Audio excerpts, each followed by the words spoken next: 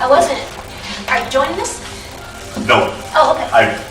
And so what I've done is I'm setting it up where it's just going to roll through picture. So host your follow-up, Amanda Cobb Greetham. Oh, Jerry, you're going to have to teach me how to say I am a teacher. Itanashi Saya. Itanachi Saya. Would it be Oklahoma State, Itanachi Saya? Okay. Chuckma. So host your follow-up, Amanda Cobb Greetham. Oklahoma State, Itanachi Saya. And Chikasha Saya and Chokmashki. Said, my name is Amanda Cobb Greetham. I'm a teacher. I'm a professor at Oklahoma State University. And Chikasha Saya. I am Chickasaw. I'm a proud Chickasaw citizen, and I've spent the past 5 years to date working for my tribe as the administrator of the Division of History and Culture, a position I just left last month, as a matter of fact. And I understand you all visited the Cultural Center yesterday. And so I'm so glad and I'm so proud, and I hope that you enjoyed yourself, because we're very proud of the Cultural Center. And my talk today is on Chickasaw education, pre-removal and post-removal.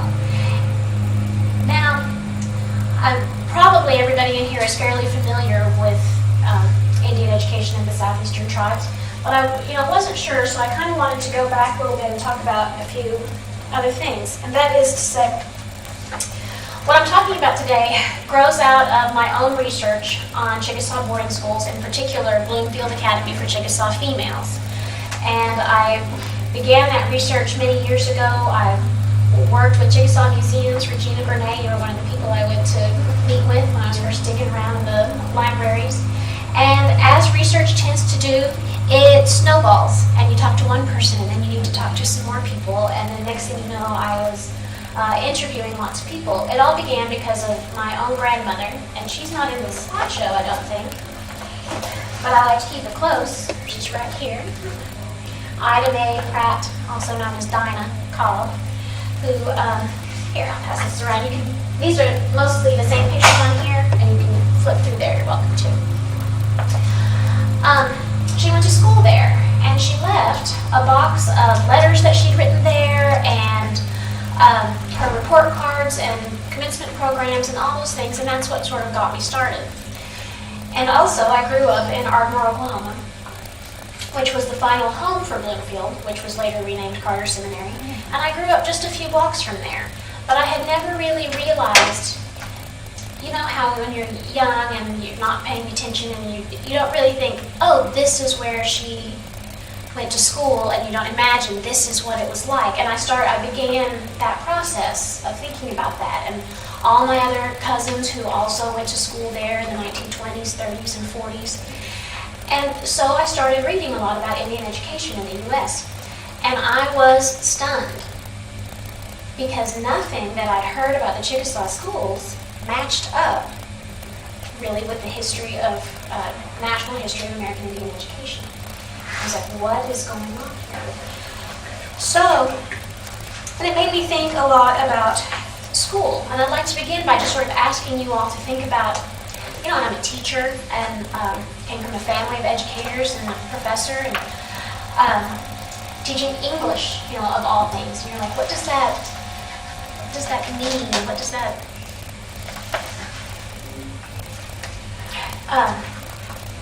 Anyway, thinking about how complicated different things are. And so I'd just like you all today to sort of just get in your head what kind of schooling experiences that you had yourselves. And in those experiences, yes, you were sitting in classes, but did there seem to be a greater agenda for your education? Did your parents want certain things for you to come because of that education? Did, say, the teachers and school administrators maybe have the same or a different vision of how they wanted you to turn out, or why? And why do we, what is it we believe in about schools and schooling? Why do we put so much emphasis on so many things? What is it that we're hoping for? What is it that we believe will happen? And schools are complicated, and they're not all good or all bad, and it's too easy to tell a simple story, so I'm not really going to tell one today. Before I get into the Chickasaw part, I'm going to spend just a little bit of time talking about what most people are familiar with. I said that I started looking at the national history of Indian schooling, I was shocked, and because it was so different. But nevertheless, that's the experience that most people are familiar with. And that is, as you know, post-Indian War period, that the new policy of the United States was assimilation. And the United States policymakers had moved from a policy of the only good Indian is a dead Indian to a kill the Indian, save the man, philosophy. So assimilation was a sweeping policy that had several major planks to it, including the allotment of land and severalty, the banning of native religions and ceremonies, and one of the major planks was education, and in particular boarding schools. And reform groups and policymakers who were generally well-intentioned but had no actual knowledge or experience with Native people thought of this as a new kind of war against tribalism. This is a quote from Merrill Gates, who was president of the Lake Mohawk Conference for Indian Reform. He said, "That is the army that is going to win the victory. We are going to conquer barbarism, but we are going to do it by getting at the barbarism one by one. We are going to do it by the conquest of the individual man, woman, and child, which leads to the truest civilization. We are going to conquer the Indians with a standing army of school teachers." And then this is another quote from John Oberly, a Christian reformer, also at Lake Mohawk in 1885. He says, "To teach an Indian people to read, write, and cipher is not sufficient. He must be taught many things that need not be taught to a white people. He must be taught to abandon the religion of his fathers and accept a new faith, to cast off the social conditions of his own people and receive those of another. He is a twig bent out of perpendicular, and he must be straightened. He should be instructed in our ideas of property and business, and he should be taught to cultivate the soil after he has been taught how to own it." So these people thought that there was a problem with a tribal way of life in no uncertain terms, and they very clearly stated what they thought was the twig bent out of perpendicular, what was wrong with this, and that they wholeheartedly believed in the education process as the way to cure that. And I ran across many interesting quotes in the archives on that. For example, a former commissioner of Indian Affairs thought that not only was education the answer to everything, but it was cost efficient. He had figured out that it cost nearly $1 million to kill a Native American in warfare, but it only cost $1,200 to school them for 8 years. Isn't that amazing? To put those things side by side in an economic analysis like that? And furthermore, it was believed that education was the answer to civilization, and that you heard that word barbarism. There were all these studies at the time that placed people in little categories along the road to civilization, and that American Indians were way, way, way behind, and that the only way to get to be civilized, and I believe they said it would ordinarily take thousands of years, but that their education system was so good they could do it in a generation. Isn't that amazing? That was going to be, the way to do it. So it became a comprehensive plan, and children all across the country were literally forced away from their homes and to attend federally run off-reservation boarding schools, specifically off-reservation so that the children would be far from the influences of their family and tribe, as that was seen as detrimental. And the idea was to civilize them, Christianize them, introduce them to capitalism through allotment of land and severalty.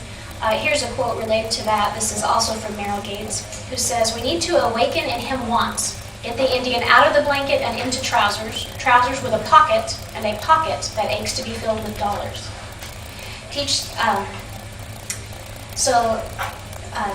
Really believing that the idea of a community-based system was not something that should continue, but that's very diplomatically put, believing that that was not an appropriate way to live. So, that's the idea of school. And so, of course, native languages were not allowed to be spoken at these schools. And but here's the thing, that when you really stop and think about this, those boarding schools caused all kinds, tore apart Indian families, and caused all manner of identity issues and all those things. But here's another thing. The goal was to try and strip off this one identity and replace it with another. But ironically, that policy tried to accomplish that by making sure that Native children saw no one but other Native children In the boarding school. in the school for at least 12 years, thus ultimately reinforcing a sense of identity and in fact adding a layer, because you don't stop thinking of yourself in your own tribal identity. For example, I'm Chickasaw, you don't stop that, but you add a layer to that. And so the kids developed a sense of a pan-Indian identity as American Indian that they previously did not have. And then it would be the kids of those same people that went to boarding school that ultimately were reorganizing tribal governments and heavily involved in cultural and political revitalization later. Because it's as my cousin Leona said, who attended one of these schools, she says, she was a graduate of Chilocco, said, well, they were taking this Indian person and turning them into a white person.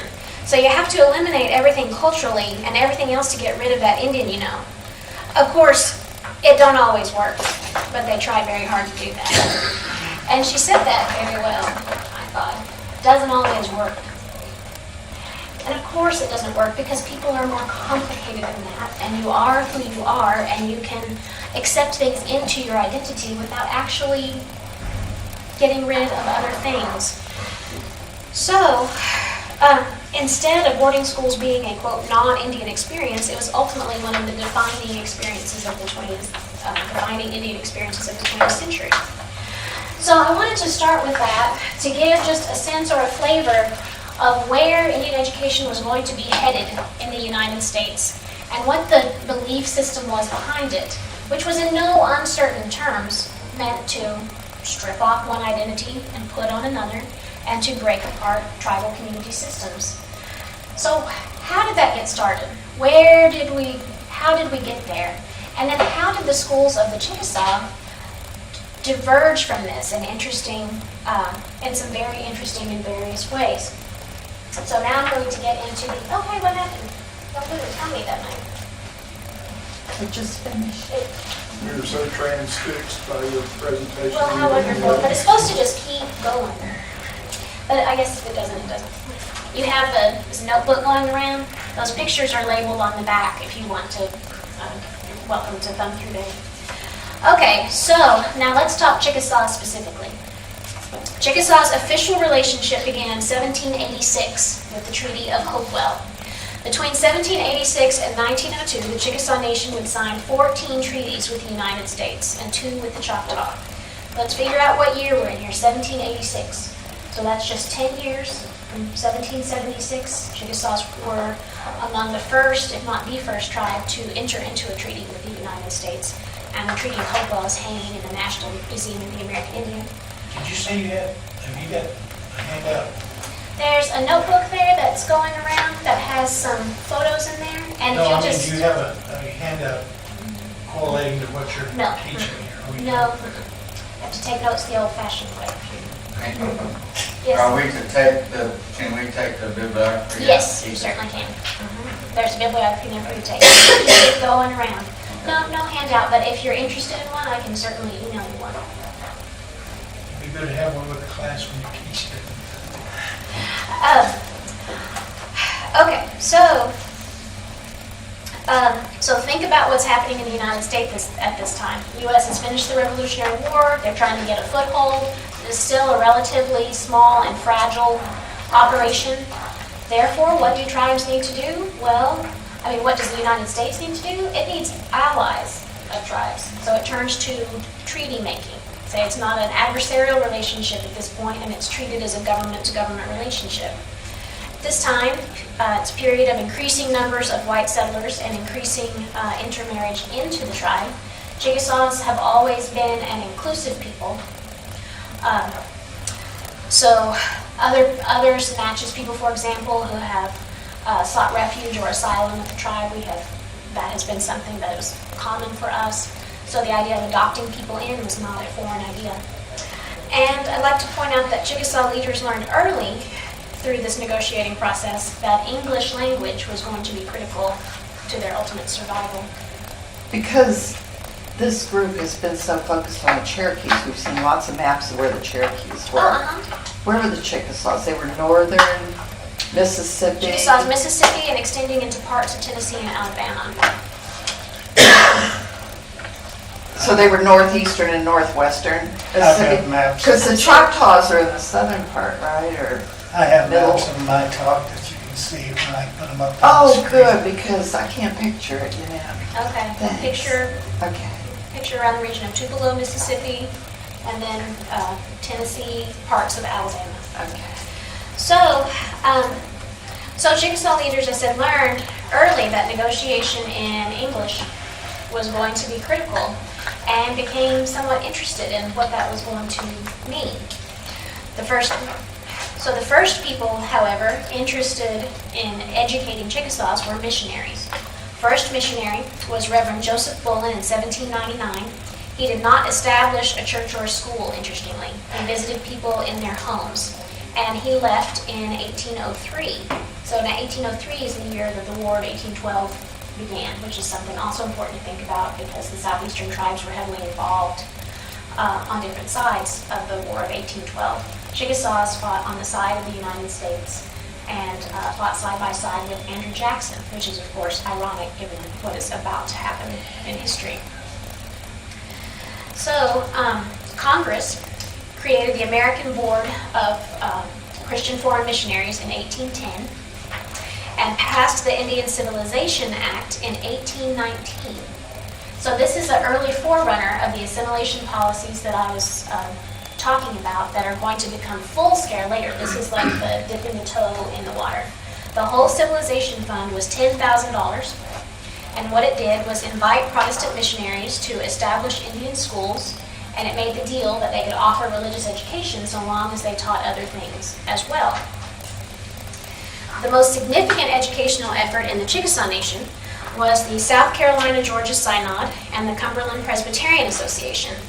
The Cumberland Presbyterian Association founded Charity Hall in 1820, and then South Carolina-Georgia Synod established Monroe Mission School in 1822.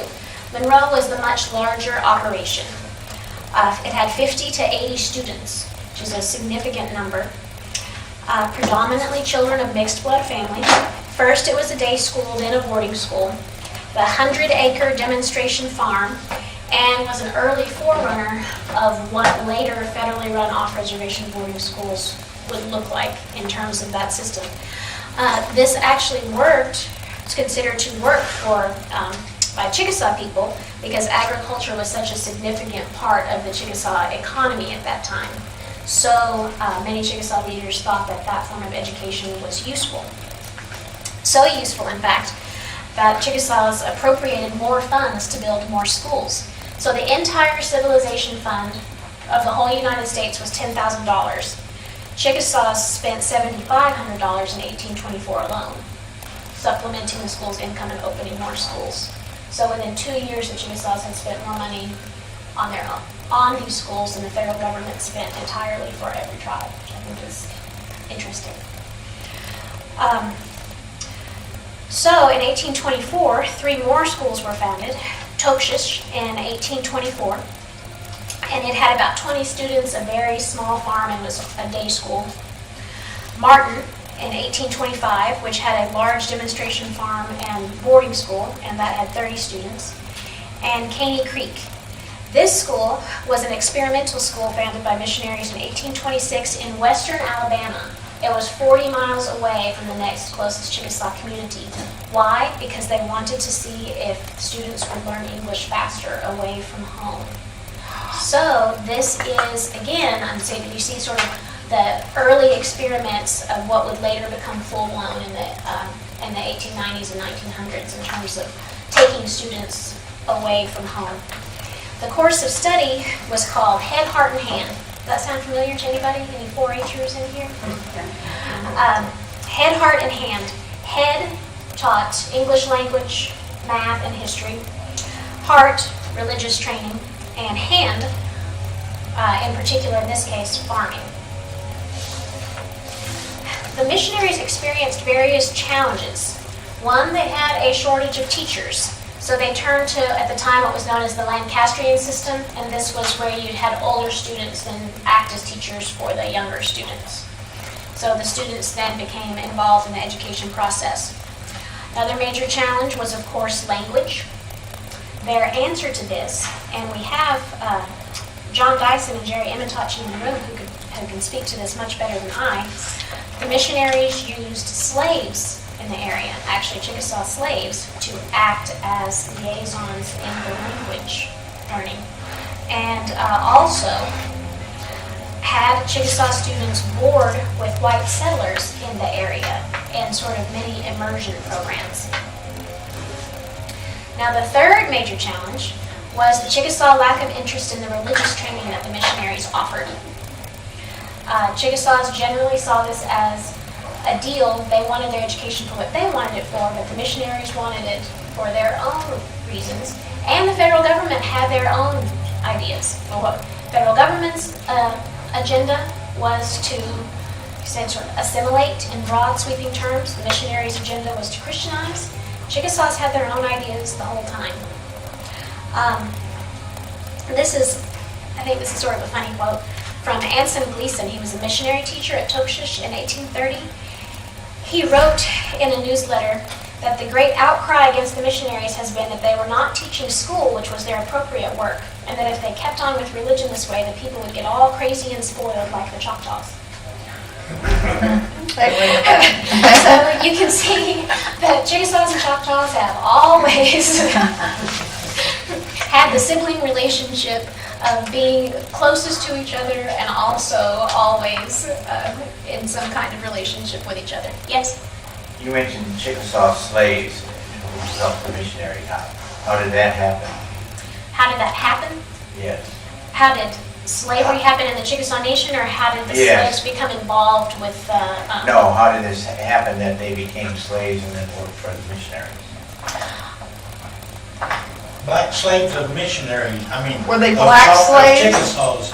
I believe that's what you're Or referring to. Chickasaws that were Yes. Yes. Okay, slaves? I'm sorry, I don't think Black I'm fully slaves. understanding the question. Oh. The Chickasaw people were not slaves. So, within the Chickasaw Nation, there were a handful of intermarried mixed blood families who were considered sort of prominent families, if you will, that they gathered a great deal of wealth. And they adopted, as we can adopt all kinds of things, adopted in what is a very dark chapter in Chickasaw history, practices of slavery.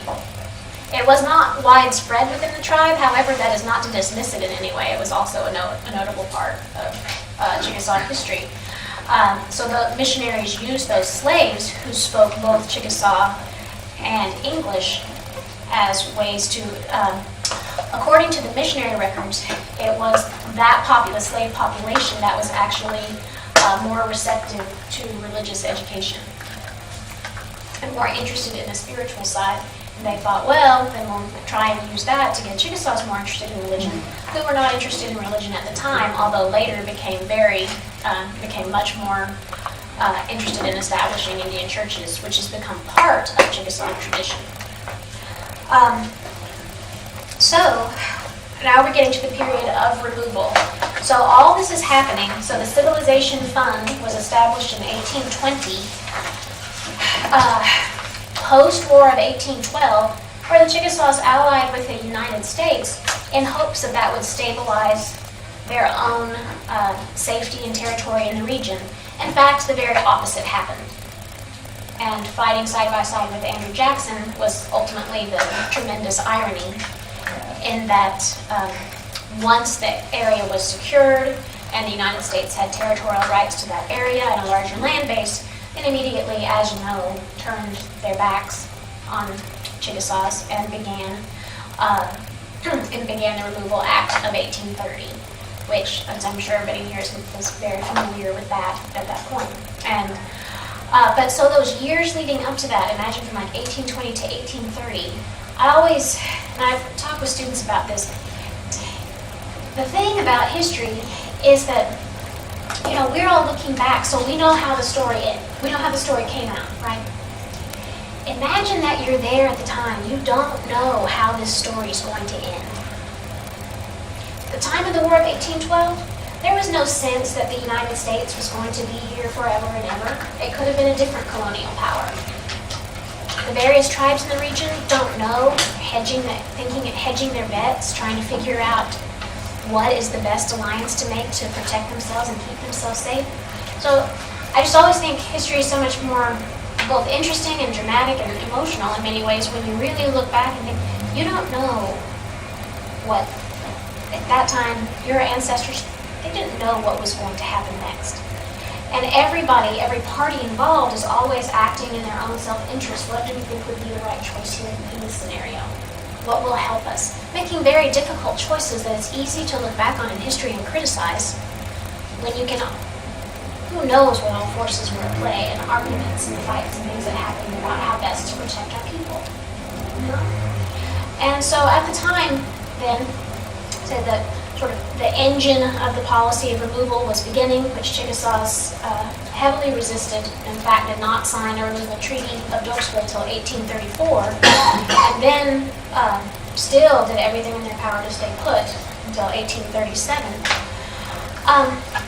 So what was and then the Civilization Fund and the missionaries and the schools were happening all at the same time. So I guess what I'm trying to get you to think about is all the different agendas at that moment. Everyone trying to accomplish something else and working at cross purposes. But you can perhaps see if as is true as it was said that the Chickasaws were less interested in religion and more interested in English literacy, that perhaps the idea here was that the leaders were very concerned about their ability to negotiate in what was to come. So, at the point of removal, the mission schools in the Chickasaw Nation closed down due to the chaos of the area. Chickasaw signed the Treaty of Dokesville in 1837, and I thought this was very interesting. At the point that the school closed down, several Chickasaw leaders sent their kids to the Choctaw Academy in Blue Springs, Kentucky, between 1834 and 1839. These are the years of Chickasaw removal. So thus removing their children from the removal process into schools. Approximately 60 boys went to that school during the period of removal. Now let's talk post-removal, and I better see how I'm doing. So we started late. We started at 10:05. So we're supposed to wrap this up at what time? We were supposed to wrap it up at 10:25. So we wrap it up close to 11. 5 minutes late. Okay. 55, yeah. Well, that's pretty better. Keep me on track. You've got 20 minutes. Perfect. Okay. So now let's talk about Chickasaw education post-removal. So the Trail of Tears and the removal process was devastating. And the impact of removal on a culture, any culture, cannot be underestimated. Everything, I know I'm talking to an audience that's very familiar with this, everything changes. The types of homes you have lived in, the plants and the geographic area available to you, the food that you eat, your religion is usually based on specific things in a geographic area. All of those things change, and Dr. Dyson here will be giving a presentation on Chickasaw language pre- and post-removal and has done much research. Sorry, I'm calling you out here, but it's very interesting to me, on the ways that our language changed and that references and things that we had always had then were not there anymore. And in fact, the Chickasaw government system threatened to fly apart during this period as well. Our old clan-based government system and hereditary Rico system, all that was sort of in a state of flux. But in fact, when the Chickasaws, we first moved in with the Choctaw Nation when we first got to Indian Territory in the beginning. And we immediately established our own constitution. But before the constitution, and this was a more modern Western style constitution for very specific reasons. Again, having just come through this, Chickasaws believed very strongly in protecting themselves in such a way that they would always be able to compete and protect protect themselves from future policies. But Chickasaws, and here's an interesting switch. Instead of missionaries being sent in to establish schools, which you can see by the amount of money that Chickasaw spent on their schools that they were interested in, our first written laws in 1852 established our own school system. They continued to work in association with missionaries, but this was the opposite. Instead of them coming to us, we actually recruited teachers to come to the Chickasaw Nation, largely from Mount Holyoke, actually in New England. So our first written laws called for the establishment of our own boarding schools and day schools in Chickasaw towns and communities, and it was important that the children be close and part of the community. And although Chickasaws were the ones who funded the school, this was of course prior to the Civil War, missionaries were the primary teachers and therefore set the curriculum. And during this next period of post-removal Chickasaw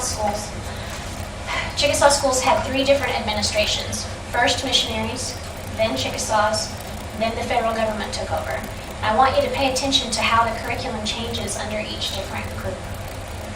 Under missionaries, they all had similarities. There were some similar elements present, but yet they changed in notable ways.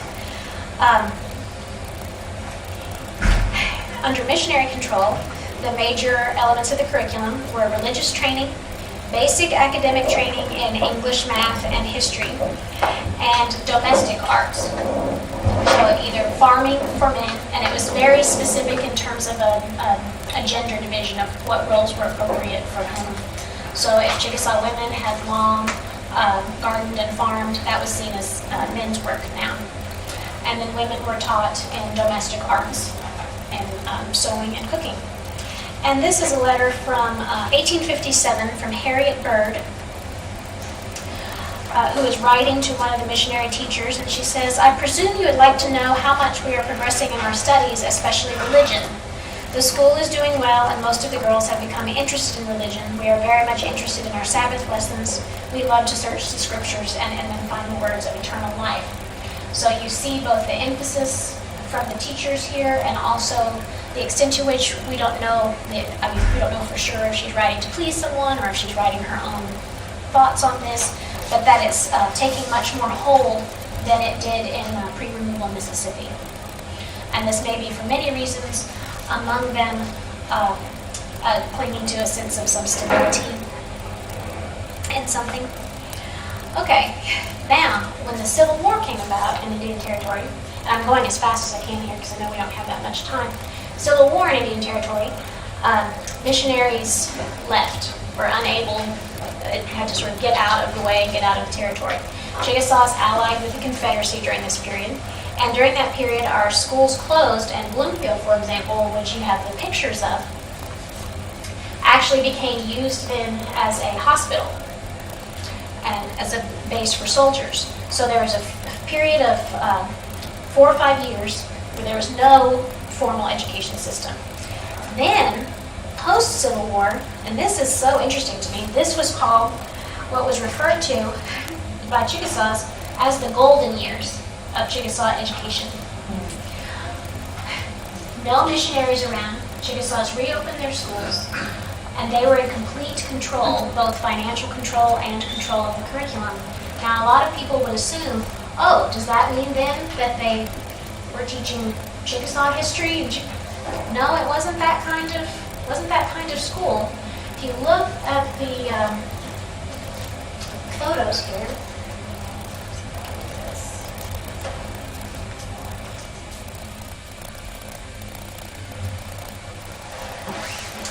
this is a painting of Charity Hall, the first school founded by the Cumberland Presbyterians. That's a monument where Monroe was. This is Bloomfield, Chickasaw Academy for Chickasaw Females. Look at the style of that architecture, the large grounds of the school. Bloomfield was seen very much, this was on their letterhead and everything, Bloomfield Seminary for Chickasaw Young Ladies. And then it said, let's see, art, music, culture. It was seen as, interestingly, as equivalent to a junior college of the day. It was considered, quote, the Bryn Mawr of the West and the cultural seat of Indian Territory. Here's pictures of girls at school. White dresses were all of the rage here. They were called Bloomfield Blossoms. They wore these little blossoms on their hats and on their clothes. This picture is one of my favorites. That's the first basketball team in Indian Territory. Chickasaws brought in a coach from Notre Dame University to teach the girls basketball. Apparently this photo is not actually historically accurate. It was seen as inappropriate for the girls to be wearing their basketball bloomers, so they put on their regular dresses. So it can't have been very good basketball, at least that game. But maybe they got better later. Here's the girls in their white dresses showing off their hair. I'm going to stop there for just a moment. So what was this about? Well, the school curriculum had various components. It had not just the basic English, arithmetic, and history, but advanced academic training. So the girls were learning Latin, for example, and mythology, and all of these things. Right there in Indian Territory in the middle of the 1850s. It had advanced social training, for example, in music, painting, fine arts, elocution, put on plays. Music was tremendously important to the school, and they learned various instruments and piano and singing. Now, what was notably missing from the school? Religious training. That element fell off during this period. There was a minister in the area who would travel around to different towns, and so like every so many weeks there would be someone, and they'd go out under the brush arbor and learn some things, but that was not part of the formal school curriculum. What else is missing from this curriculum? Domestic training. At this time, the school did not offer classes in farming, sewing, and otherwise, and had hired help to take care of the school. So, what's this about? Well, this is from a Chickasaw Nation school report saying, schools should be carried on in a manner that would reflect honor on the nation. Besides conferring a lasting good upon the rising generation, we ask the help and support of every sober-thinking mind of our country. Let us inaugurate schools that will elevate our children to an equal footing with our white brethren. So this was about, in this case, I'd say this was about schooling to compete in a world that was changing all around them in a different way. This is a quote from one of the students there, Nettie Burris, in 1903, pre-statehood. Her notes from a class. She wrote, "Be dignified and cultured young ladies. Be a graduate of some institution. Higher up the cherry tree grows the cherry. And have it said that you are from Bloomfield." So, see, these schools conferred a sense of prestige and a sense of greater accomplishment. So, now what period are we in? I'm not getting close here, so I'm going fast. So, at the period of Oklahoma statehood, and the federal government then attempted to dissolve the Chickasaw Nation, liquidate its assets, the schools and all Chickasaw buildings were taken over lock, stock, and barrel right down to the last pencil and piece of paper in them. Now at this point, the curriculum of the schools were reworked and changed again. So we've gone through missionary schools, Chickasaw schools, and now federally run boarding schools. Federally run schools then place the Chickasaw schools on the same curriculum of the federally run off-reservation boarding schools that I was discussing earlier, and on that model, which we know the primary goal of that education, as the quotes clearly indicate, was to completely strip and remove a Chickasaw identity.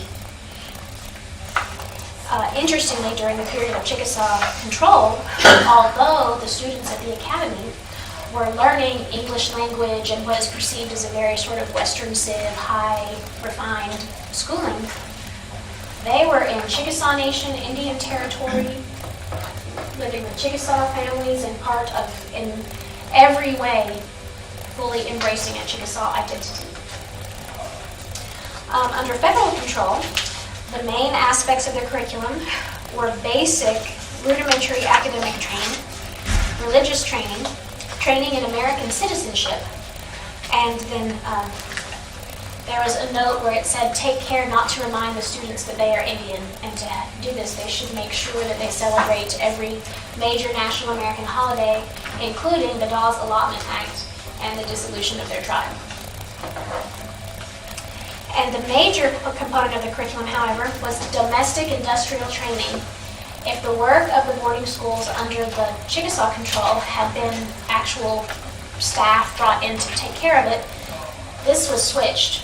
A third to a half of the girls' time at the boarding school was spent taking care of the school itself, cleaning, cooking, sewing, growing their own food, milking the cows, and so forth. That was seen as the primary emphasis.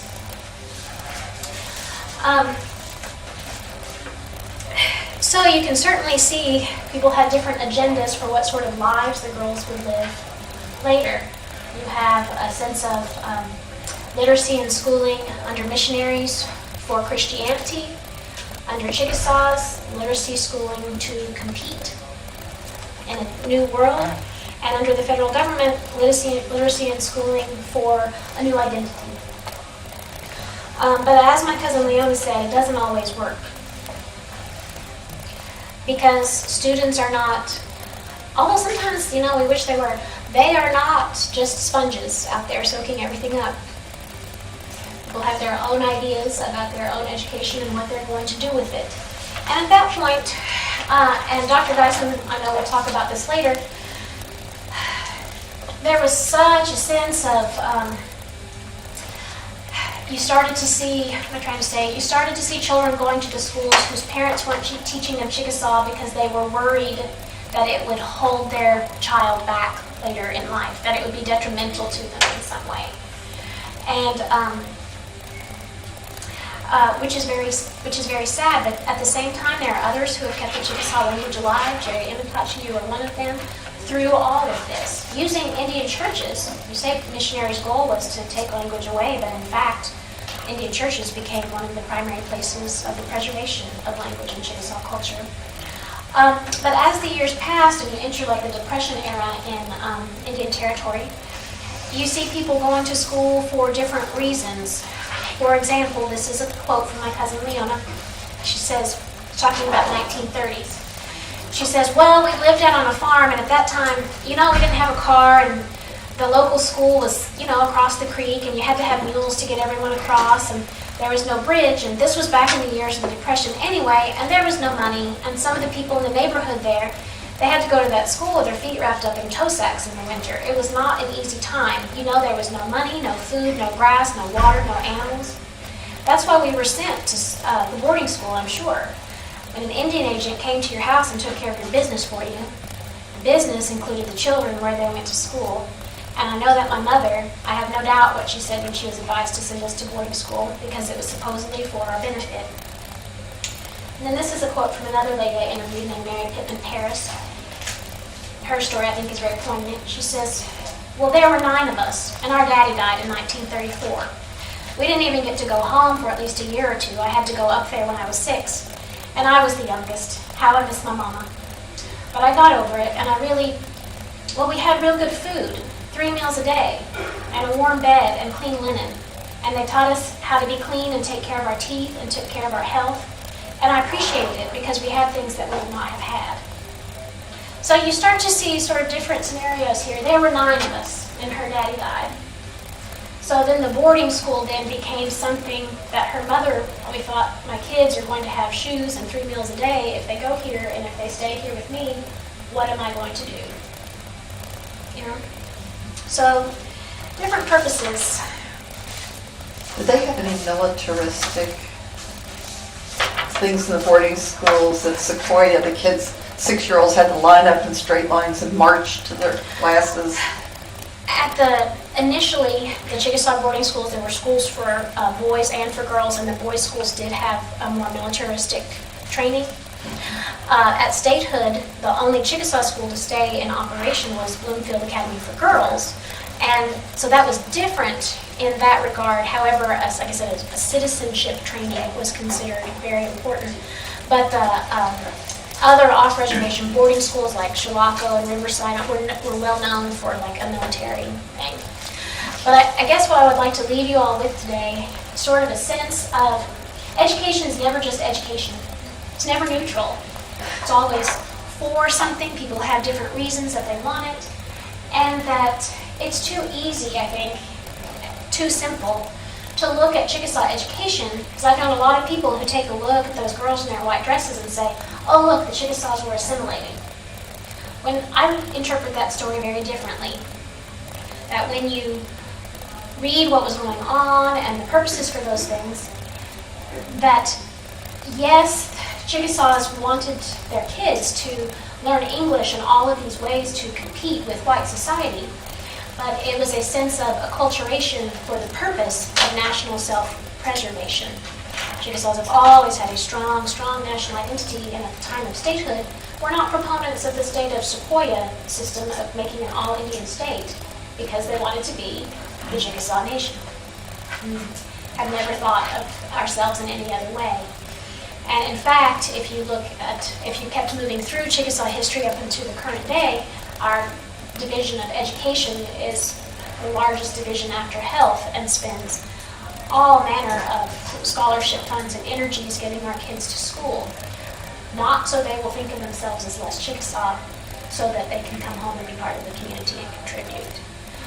And thankfully, we have people like Dr. Dyson and Jerry and Regina and other folks at Susan and Cody and other folks at the Nation who care deeply about that and who have used their educations to come home and do what? A cultural revitalization that was very necessary after those federally run boarding school years. For language revitalization and our museums and traditions, and I'm more hopeful about all of those things at this moment than I have been in many, many years. So I think I'm confident now that I've used up all my time. So I would say, Chokmashki, thank you all very much for your time and attention.